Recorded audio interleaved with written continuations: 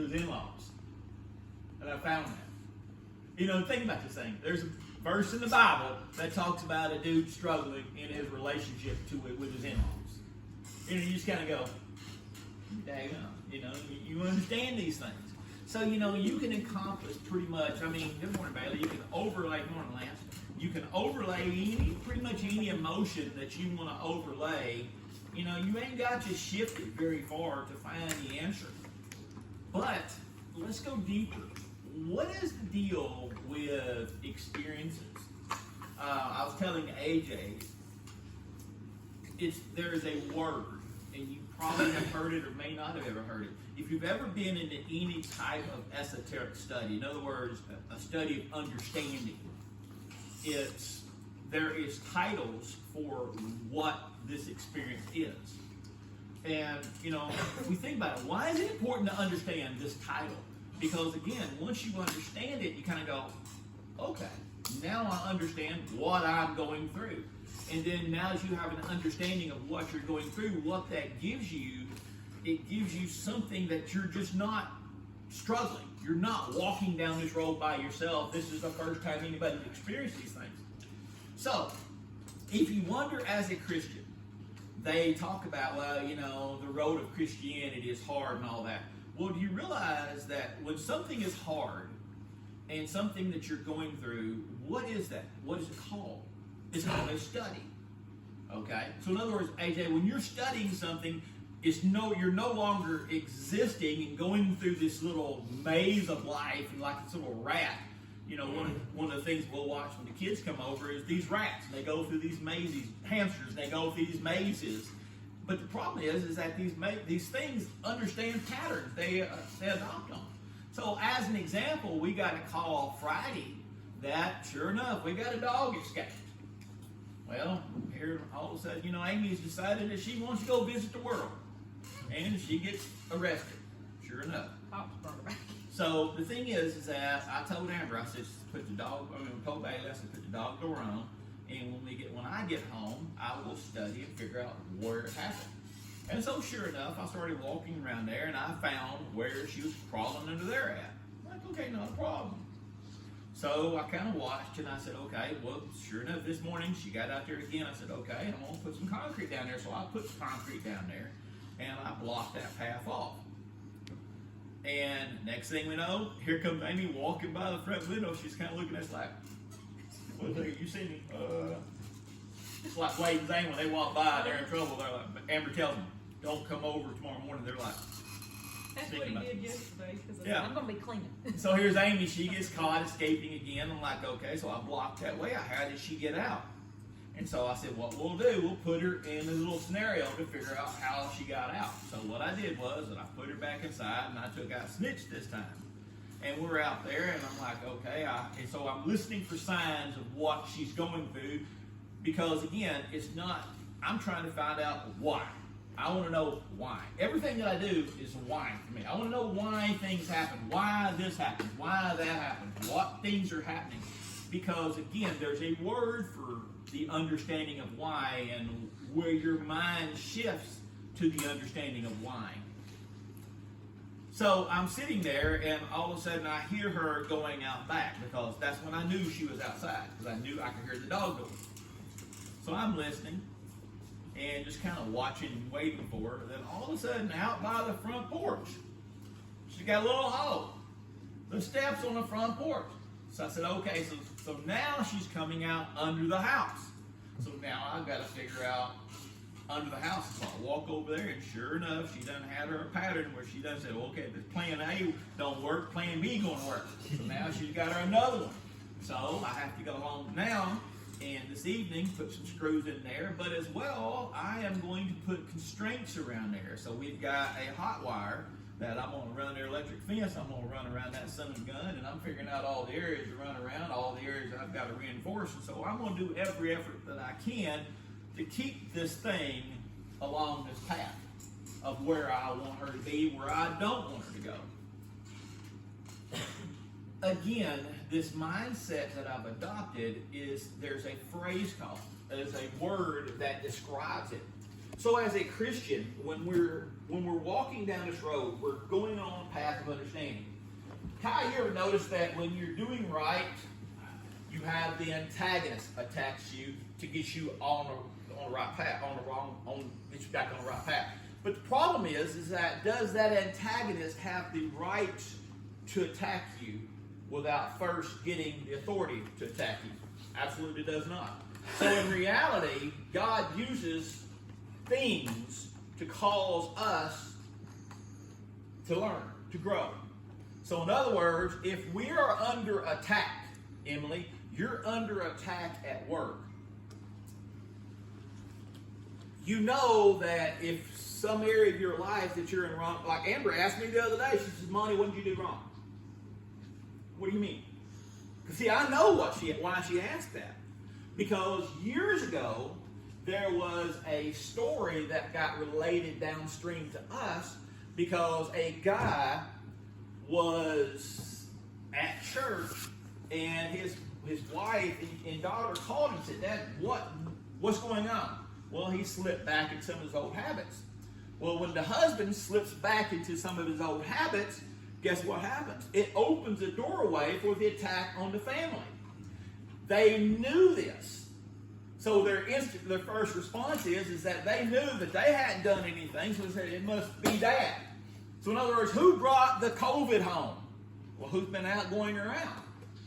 You know, it's kind of like, if you're in a monogamous relationship, I think that's how you say that, then all of a sudden you catch a social disease, somebody been slipping around.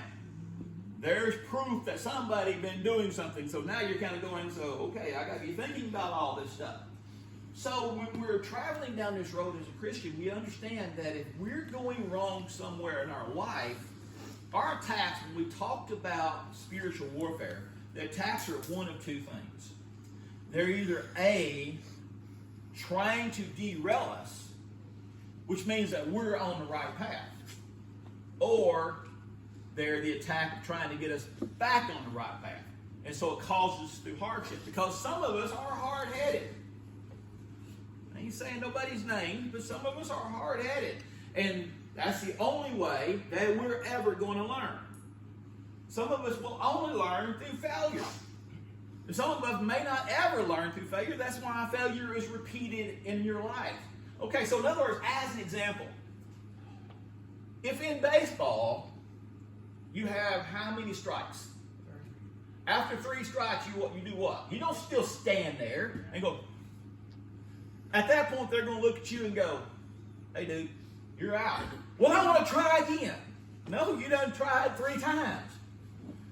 Have you ever thought about that? What is the metaphor of 3? Because 3 in the Bible talks about a lot of things. There's a reason why things happen in 3s. By the 3rd time, you should have learned the lesson. So, as an allegory, if you're in your 3rd marriage and all of them are failing, you got to ask yourself this question. What is the 4th one going to be done differently than all the rest of them? At the point, by the time you're either A, the kind of person that you cannot live with anybody else, or what about if you're in your 3rd friendship? You've tried 3 times with people, and they're constantly letting you down or constantly doing these things. At some point in the line, you've got to draw the line. You've got to say, this ain't working. So you do an evaluation of yourself. What did I do wrong? Where did I go wrong in this thing at? So these are all pathways of learning. They're all pathways of understanding. The difference is perspective. It's perspective. If you're just going through things and you're just going down the road and you're really just doing these things over and over. I mean, think about this thing. Does anybody ever know anybody been married like 5 or 6 times? At what point do you go, there's an old saying in bands, okay? In bands and relationships. The first time you're getting married or the first band you ever play in, guess what you're doing? Man, you're on the phone. You're calling everybody in the world. Man, guess what? I'm getting married again. Man, guess what? You don't say that. You say that after the 2nd time. But the first time you're getting married or the first time you're going in a band, you're telling everybody, man, I'm in a band, I'm in a band, I'm in a band. by your fourth time that you've told somebody that you're getting married again, I know, I don't want to hear about it. I'm getting in another band. What do you think is going to be different this time? I know I'm getting married again. I'm getting married again. Usually anytime you say again and again, you never say I'm getting married again and again, because at that point you're like, really? But where does it change? Where does your perspective change? What happens to you? In Christianity, I've sinned again. Why don't we say it again properly? I've sinned again and again and again and again. How many times you got to repeat this sin? How many times you got to do this sin before you finally understand this thing? It's your perspective. So, as an example, there are things and words. So we talked about this morning, husbands. Husbands. Where is the root of husbands? Where is an example of husbands? So, typical response, and it's probably found out, I would guess that if, AJ, that if we looked up the meaning of this, a man designed the meaning of the word husband and the roles of husbands. Because, wouldn't you agree? Because if you was given a chance to design a religion, Lance, you would design this religion with all the benefits you wanted of it and all the curses to all the things you don't like. So you'd place a curse upon celery. To serve celery, it would be a curse to serve celery. Whatever it would be, something you don't like. Isn't that kind of how we do religion? Is we design these things. So here's husbands, is that husbands, we think about, well, I'm the head of the household. Husband and head of the household. We tend to think about these things. We tend to think that husband, well, you know, I get served first, and the kids are going to bring all these things out, and I'm going to do this, my wife serves me, and all these areas. This is very antiquated, but again, it's wrong because men design that thinking. But look up the definition of husband, and you'll see that it comes from this area, this thing called husbandry. Husbandry. Husbandry is basically a shepherd. And the shepherd takes care of the flock that he's been given charge of. He's responsible for looking after his flock, taking care of the needs of the flock. Husbandry is looking at, okay, if you are going to be given an account one day, every spring. I can't remember how the whole cycle works, but basically in the spring, because it has to do with the Passover and all that, where they bring everything in the market. During the winter, everything's out getting all growing and stuff like that. During the spring, they bring it in like to the sale barns and stuff like that, and they'd sell it and all that. That's where it would come out all across that. And so what happened is that when he brought his flock up and presented it to him, the guy who had the most productive flock was given what? A more flock. To him who is faithful in a small thing will be made faithful in a bigger thing. It's talking about husbandry. So the thing is that God is not necessarily God, but the master is going to bless the most faithful shepherd. He's going to give him the better fields. He's going to give him more responsibility because he is proven. And they use the phrase husbandry to describe the shepherd.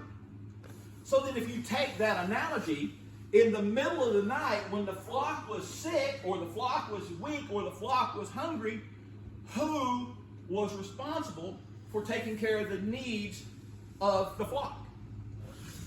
The husband. Now you take this role of a husband. The husband is not the head. Does the husband sit there and tell the sheep dory, hey sheep, I want this done and I want that done. And matter of fact, hey, you want something good right there? You get in there and clean that flock out. He does it, does he? Yeah. I mean, he does. Huh? He does. But I'm not talking about what we do. I'm talking about the original design. Because the thing is that why is it important to get back to the original design? It's how it was originally made. Chase, when you make bread, and all of a sudden, if you follow the direction that you give, and aren't you supposed to be doing a class on making bread? I said it, so that's all. That's okay. AJ's got a responsibility too. He's got to do too. So it's just my job to remind you. Because some of us, Chase, want to learn from you. So all of a sudden, Chase, you have a class, and you teach everybody here, all this numbskulls, how to make bread. And you go through all the details, and you get everything done. If next week, Chase, I come to you and say,